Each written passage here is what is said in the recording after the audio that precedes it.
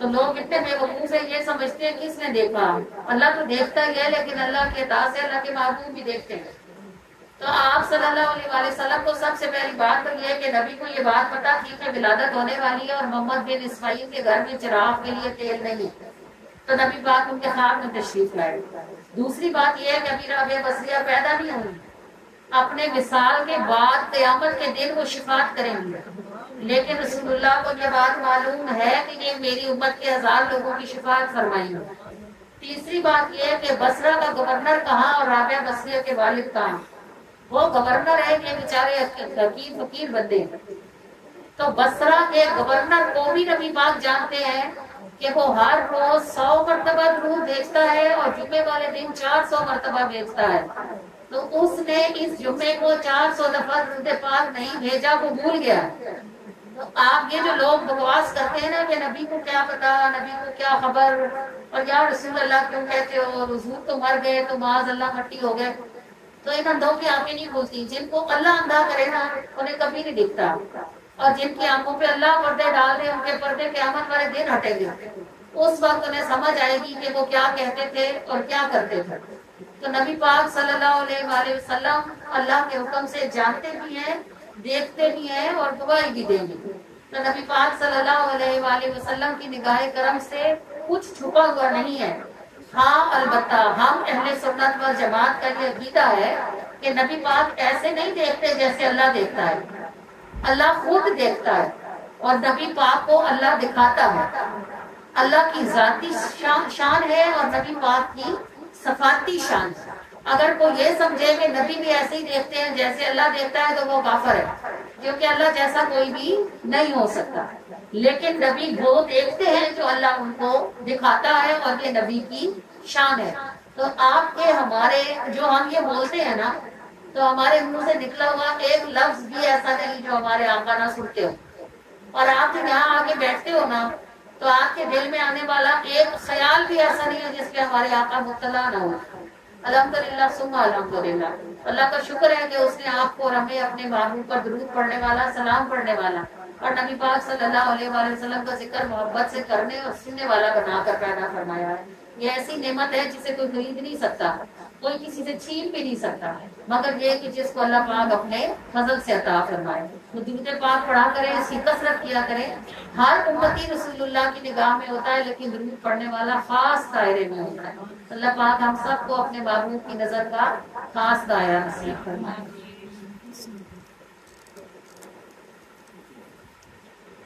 کوئی ہم کو نظر میں رکھتا ہے، کوئی ہم کو نظر میں رکھتا ہے، جب ہی تو کام سارے بنتے ہیں، دیکھتا ہے کوئی خاموشی سے، دیکھتا ہے کوئی خاموشی سے، گرتے گرتے جو ہم سنبھلتے ہیں، دیکھتا ہے کوئی خاموشی سے، گرتے گرتے جو ہم سنبھلتے ہیں، رات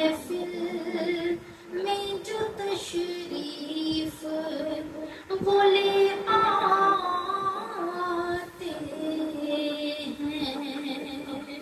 چاند چڑھتے ہیں،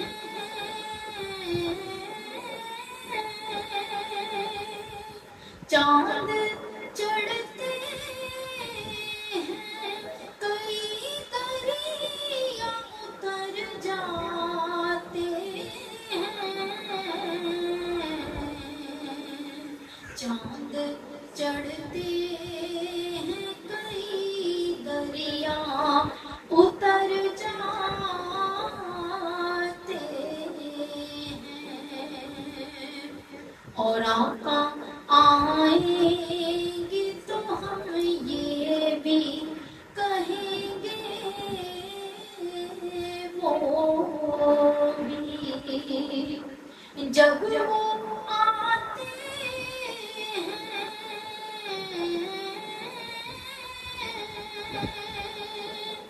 جب وہ آتے ہیں تو الفاظ بسر جاتے ہیں، چاند چڑھتے ہیں، کئی دریا اتر جاتے ہیں،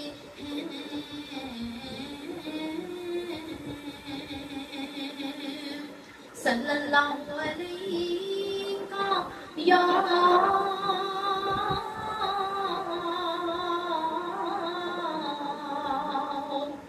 یا رسول اللہ وسلم علیکہ یا حبیب اللہ۔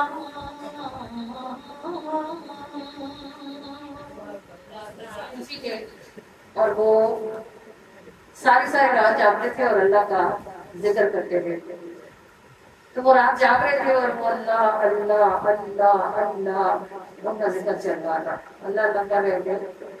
تو شیطان ان کے پاس آیا اور آگے کہنے لگا کہ چپ کر، کیا شور مچائے رکھتا ہے، جس کا تم نام لیتا ہے کبھی اس نے مجھے جواب بھی بھیجا ہے، کبھی جواب آتا ہے میرے ذکر کا، چپ ہو جا۔ اب وہ کوئی لمحہ ایسا تھا جس میں وہ صاحب اس شیطان کے جال میں آ گئے اور دل برداشتہ ہو گئے۔ اور شیطان کا کام کیا ہے؟ لوگوں کو اللہ کی رحمت سے نا امید کرنا، کیونکہ اس بدبخت کو یہ پتا ہے کہ اگر لوگ اللہ کی طرف گئے تو اللہ کی رحمت لوگوں کو تھام لے گی، اگر وہ گناہگار ہوں گے اور توبہ کر لیں گے تو اللہ انہیں معاف کر دے گا، اگر وہ کمزور ہوئے تو اللہ ان کو طاقت دے دے گا، اگر وہ نیک ہوئے تو اللہ انہیں استقامت عطا فرمائے گا۔ صرف اللہ کی طرف چلنا ہی تو ہوتا ہے، باقی سب اللہ نے ہی کرنا ہوتا ہے نا۔ جو شیطان کی طرف چلتے ہیں تو شیطان کی تو خود کچھ نہیں نہ کرتا تو سب کچھ بندہ ہی ہے۔ شیطان تو صرف آئیڈیا دیتا ہے کہ ایسے کرو، تو جو شیطان والے ہوتے ہیں وہ پھر ویسے کرتے ہیں۔ تو ایسے ہی بندہ جب اللہ کی طرف چلتا ہے تو اللہ بھی خود تو کچھ نہیں کرتا، صرف بندے کو سمجھا دیتا ہے کہ ایسے کرو، تو پھر بندہ اللہ والے کام کرنے لگتا ہے۔ تو اس نے کہا چپ کر جا، کیا شور مچائے رکھتا ہے، کبھی جواب ہی آیا پھر تو ہر وقت اللہ اللہ کرتا رہتا۔ اس کا دل خفا ہو گیا تو اس نے سوچا آج بھی ذکر کرتا، سو گیا۔ سوئے تو خواب میں حضرت خضر علیہ السلام آئے۔ حضرت خضر نے اس سے بات پوچھا کہ اللہ کا ذکر آج کیوں نہیں کرتا، کیوں پاگل ہے؟ اس نے بڑے دل گرفتہ انداز میں کہا کہ اللہ کو کون سا میرا ذکر سنائی دیتا ہے، یا وہ کون سا مجھے جواب دیتا ہے جو میں اس کا ذکر کروں۔ حضرت خضر نے کہا مجھے اللہ نے تیرے پاس بھیجا ہے، اور اللہ نے کہا ہے میرے بندے سے جا کے کہو کہ تیرا اللہ کہنا ہی ہمارا جواب ہے، اگر تیرا ذکر قبول نہ ہو تو تجھے کرنے کی توفیق ہی نہ ہو۔ دیکھو یہ جو محفل میلاد ہے، یہ کرنے والے جب کرتے ہیں تو شاید انہیں بھی شیطان وسوسہ ڈالتا ہو، پتہ نہیں قبول ہوئی ہوگی نہیں ہوگی۔ کتنے لوگ پوچھتے ہیں باجی محفل کیسی ہوئی؟ بھائی محفل تو بعد میں ہوئی، پہلے یہ قبول ہوئی۔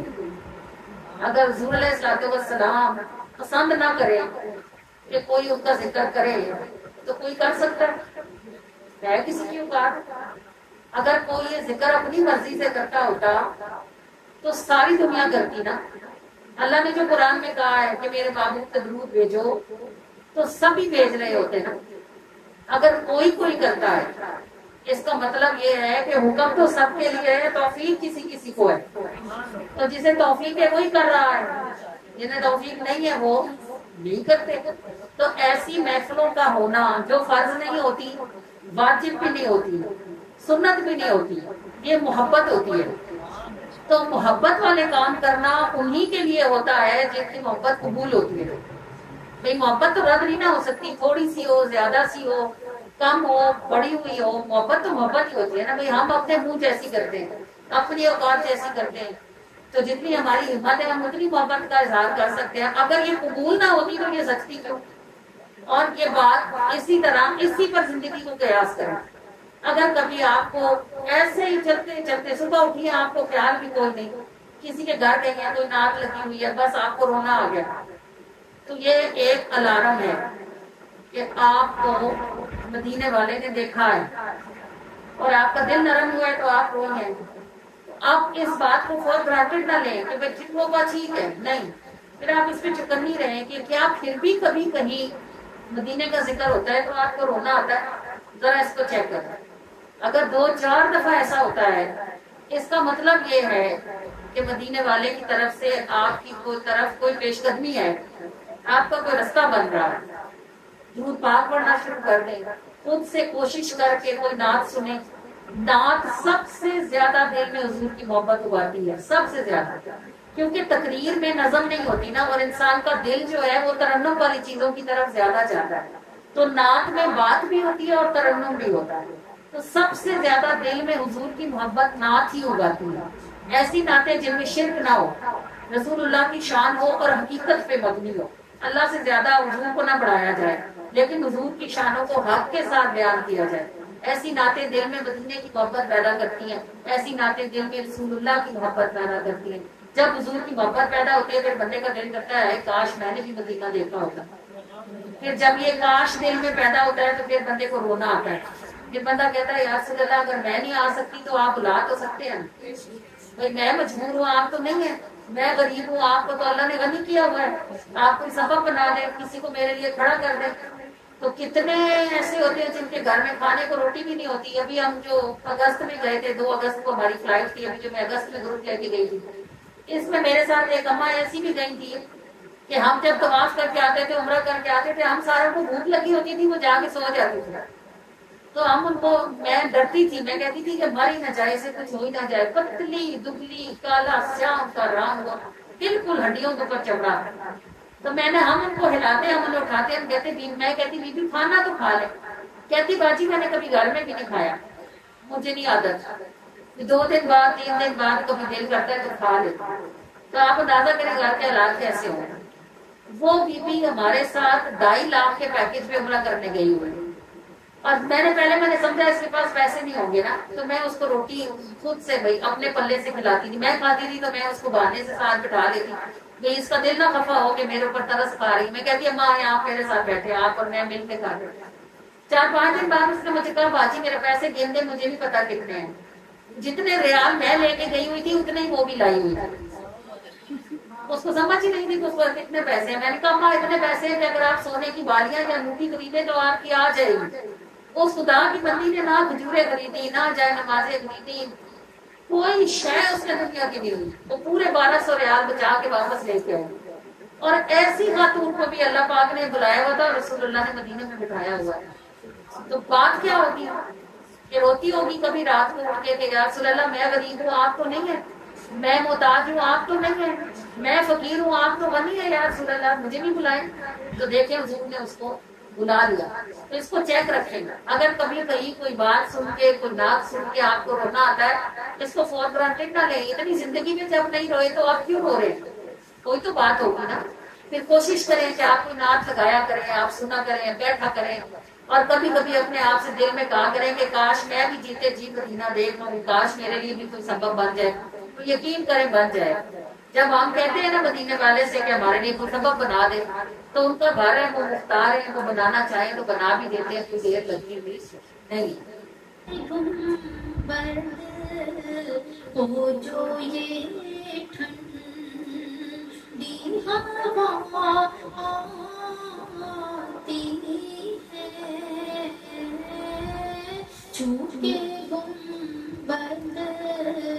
کو جو یہ ٹھنڈی ہوا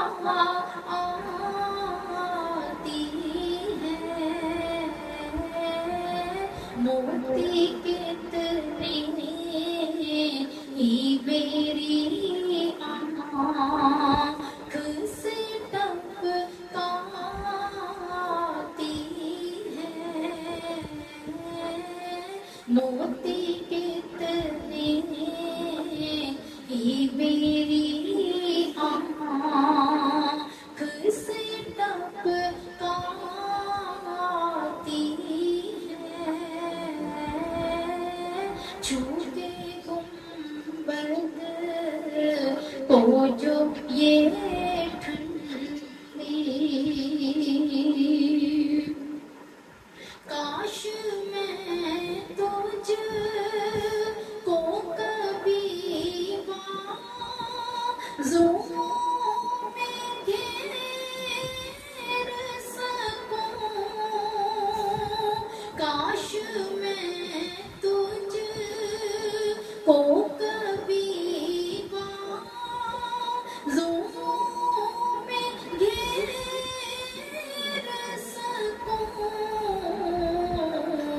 پھر مجھے چھوڑ کے جائے جو یہ جہاں جاتی ہے،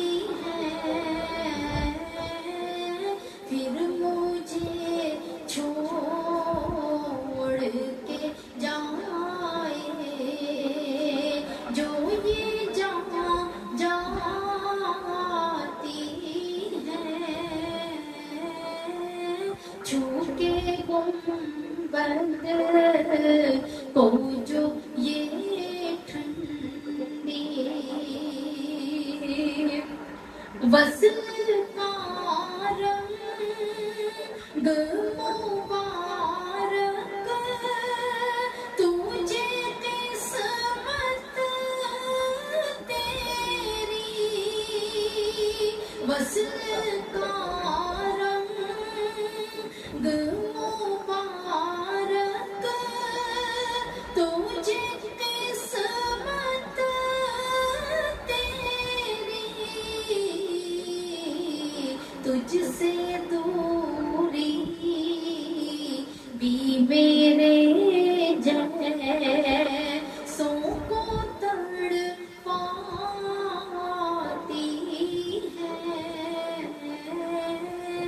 تجھ سے دوری بھی میرے جیسوں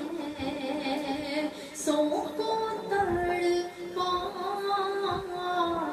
ہے، چھو کے گنبد کو جو یہ ٹھنڈی، ساتھ ان کا ہے تجھے جن کے ساتھ کی حسرت، ساتھ ان کا ہے تجھے جن کے ساتھ کی حسرت، اہل جنت کو بھی جنت سے کھینچ لاتی ہے، اہل جنت کو بھی جنت سے کھینچ لاتی ہے، تجھ سے دوری بھی میرے جیسوں کو تڑپاتی ہے، چھو کے گنبد کو جو یہ ٹھنڈی، میرے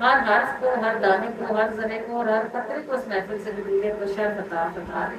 اللہ العالمین ارحم الراحمین، اس برکت والی اور اس مبارک محفل کا صدقہ ہم سب کے گناہوں کو اول تاخیر مغفرت عطا فرما دے۔ اللہ پاک ہم سے جو بھی کچھ کوتاہی ہوئی ہے، جو خطا ہوئی ہے، جو گناہ ہوئے ہیں، اللہ تعالیٰ اپنی رحمت سے ہمارے گناہوں کو معافی عطا فرما دے اور ہم سب کو اس محفل سے اس حالت سے اٹھنے کی توفیق عطا فرمائیں کہ ہمارے نامہ اعمال آپ کی رحمت سے بالکل صاف ہو چکے ہوں۔ الہ العالمین ہم سب کو یہاں سے بخشی ہوئی حالت میں اٹھنے کی توفیق عطا فرمائیں، بخشی ہوئی حالت میں زندہ رہنے کی توفیق عطا فرمائیں اور بخشی ہوئی حالت میں مرنے کی توفیق عطا فرمائیں۔ اللہ الہ العالمین الرحمن الرحیم، جب تک بھی ہم زندہ ہیں ہمیں اور ہمارے بعد ہماری نسلوں کو بھی اپنے نبی کا میلاد مناتے رہنے کی توفیق عطا فرمائیں۔ ہمارے گھروں کو ہمیشہ یوں ہی روشنیوں اور خوشبوؤں سے جگمگ کرتے رہنے کی توفیق عطا فرمائیں۔ اللہ پاک اس میلاد پاک کی برکت سے جو بھی کچھ اہل خانہ نے جانی طور پر خرچ کیا، جو مالی طور پر خرچ کیا، اللہ پاک سب قبول فرما لے اور اپنے خزانوں سے ایک کے بدلے میں کروڑوں عطا فرمائیں۔ اللہ اتنا نصیب فرمائیں کہ ان کی نسلیں بھی ہمیشہ میلاد منائیں۔ اللہ پروردگار ارحم الراحمین، اس میلاد پاک کی برکت سے اس گھر سے بھی اور اس کی برکت سے ہم سب کے گھروں سے بھی تنگیاں، مشکلیں، پریشانیاں دور فرما دیں۔ اللہ العالمین ارحم الراحمین، یہاں تک کہ ہمیں ہر طرف سے ہر طرح سے آپ نے نبھایا ہے، اے اللہ اس سے آگے بھی ہمیں سب طرف سے سب طرح سے اپنی رحمت سے ایسا نبھا لے جیسا نبھانے کی آپ شان رکھنے والے ہیں۔ اے اللہ پروردگار ارحم الراحمین، ہم سب کو ہم میں سے جس کو جو بیماری ہے، جو پریشانی ہے، جو تکلیف ہے، جو حاجت ہے، جو مشکل ہے، اللہ پاک جو ہمارے دل کو تنگی ہے، اپنی رحمت سے اس محفل کی برکت سے اس کو دور کرنے کے اسباب اور وسائل پیدا فرما دے۔ اے اللہ پروردگار ارحم الراحمین، یہاں تک کہ سب طرف سے سب طرح سے ہمیں آپ نے نبھایا ہے، اللہ تعالیٰ اس سے آگے بھی ہمیں اپنے بندوں کے لیے تنہا نہ فرمائے۔ اللہ تعالیٰ ایسے نبھا لے جیسا نبھانے کی آپ شان رکھنے والے ہیں۔ میں ہمارے رب العالمین ارحم الراحمین، آپ ہمارے دلوں کو صاف فرما دیں اور دل جب صاف ہونے سے نرم ہو جاتے ہیں تو ہمارے دلوں کو وہ نرمی اور وہ روشنی عطا فرما دیں۔ اے اللہ پروردگار الہ العالمین ارحم الراحمین، جیسے آپ نے دنیا میں زمین پر ہمیں اس میں محمد کی برکت سے اکٹھا فرمایا ہے، اللہ پاک ایسے ہمیں آخرت میں بھی اسی برکت والے اسم کی برکت سے ہمیں اچھی جگہ پر اکٹھے ہونے کی توفیق عطا فرمائے۔ اللہ پاک اپنے محبوب کے اسم محمد کی برکت سے ہمیں ایمان والا جینا عافیت پر نصیب کرے اور ایمان والا مرنا عافیت پر نصیب فرمائے۔ اللہ پروردگار اچانک آنے والی مصیبتوں سے ہم آپ کی پناہ مانگتے ہیں ہمارے الہ ارحم الراحمین، اچانک آنے والے حادثوں سے مصیبتوں سے ہم آپ کی پناہ مانگتے ہیں ہمارے پروردگار۔ اللہ پروردگار ارحم الراحمین، ہمیں اپنی رحمت سے ان انہونیوں سے بچا لے، اللہ پاک برے وقت سے بچا لے، بری نظر سے بچا لے، اللہ پاک برے لوگوں کی صحبت سے بچا لے۔ اللہ پروردگار آپ ہمارے دلوں کو بدگمان ہونے سے محفوظ فرما لے۔ اللہ رب العالمین الہ العالمین ارحم الراحمین، اس محفل کا ہدیہ ہم سے قبول و منظور فرما لے، بڑھا چڑھا کر روشن اور منور فرما کر اس کل ہدیے کو آپ صلی اللہ علیہ وآلہ وسلم کے مبارک ہاتھوں میں پہنچا دے اور آپ کریم صلی اللہ علیہ وآلہ وسلم کے دست کریمانہ سے آپ کی ساری امت کو تقسیم فرما دے، امت محمدی کے کل اچھوں کو عطا فرمائے اور اچھوں کے صدقے سے کل بروں کو عطا فرمائے، کسی کو بھی آپ صلی اللہ علیہ وآلہ وسلم کی رحمت سے محروم نہ فرمائے۔ اے اللہ اے ارحم الراحمین، اے ذوالجلال والاکرام، اے کریم، اے رحمان، اے مہربان، اپنے فضل اور اپنی رحمت کے ساتھ ہم سے ہماری دعاؤں کو قبولیت کا شرف عطا فرما دے۔ اللہ کریم، اور جس کسی نے جب بھی کبھی ہمیں جس بھی دعا کے لیے کہا ہے، سب کہنے والوں کی ساری دعاؤں کو اپنی بارگاہ میں قبولیت کا شرف عطا فرما دے۔ اللہ الہ العالمین ارحم الراحمین، یہاں تک بھی الہ العالمین آپ کی رحمت لائی ہے، اس سے آگے بھی ہمیں اپنی رحمت سے ہی چلنے کی توفیق عطا فرمائے۔ اللہ کریم رحمان ہماری محافل کو برکت عطا فرمائے اور اپنی بندیوں کے دلوں اور قدموں کو ان محفلوں کی طرف کھول دے۔ اللہ پروردگار الہ العالمین ہمارا ساتھ دنیا میں بھی سلامت فرمائے اور ہمارا ساتھ آخرت میں بھی سلامت فرمائے۔ اے اللہ رب العالمین اے ارحم الراحمین، ہماری بیٹیوں کے اور ہمارے بیٹوں کے اچھے نصیب فرمائے۔ اللہ تعالیٰ جو ہمارے گھروں سے جائیں وہ اگلے گھروں میں جا کر راحت اور آسانی کا سبب بنے، اور اللہ جو ہمارے گھروں میں آئے وہ ہمارے گھروں میں آ کر ہمارے لیے راحت اور آسانی کا سبب بنے۔ اے اللہ پروردگار ارحم الراحمین ہمارے بچوں اور ہماری بچیوں کو جس کے حلال کے وسیلے عطا فرمائے۔ اے اللہ پروردگار رب العالمین یا رحم الراحمین، ہم سے جب بھی کبھی کسی نے جس بھی دعا کے لیے کہا ہے، سب کہنے والوں کی ساتھ دعاؤں کو اپنی بارگاہ میں قبولیت کا شرف عطا فرمائے۔ اللہ رحم العالمین یا رحم الراحمین، جنہیں آپ نے اولاد عطا فرما رکھی ہے ان کی اولادوں کو ان کے لیے ٹھنڈک ہونے کی توفیق عطا فرمائے، اور اللہ العالمین جو اولاد کی نعمت سے محروم ہے انہیں اپنی جناب سے صالح اولاد تندرستی والی اور لمبی زندگی والی عطا فرمائے۔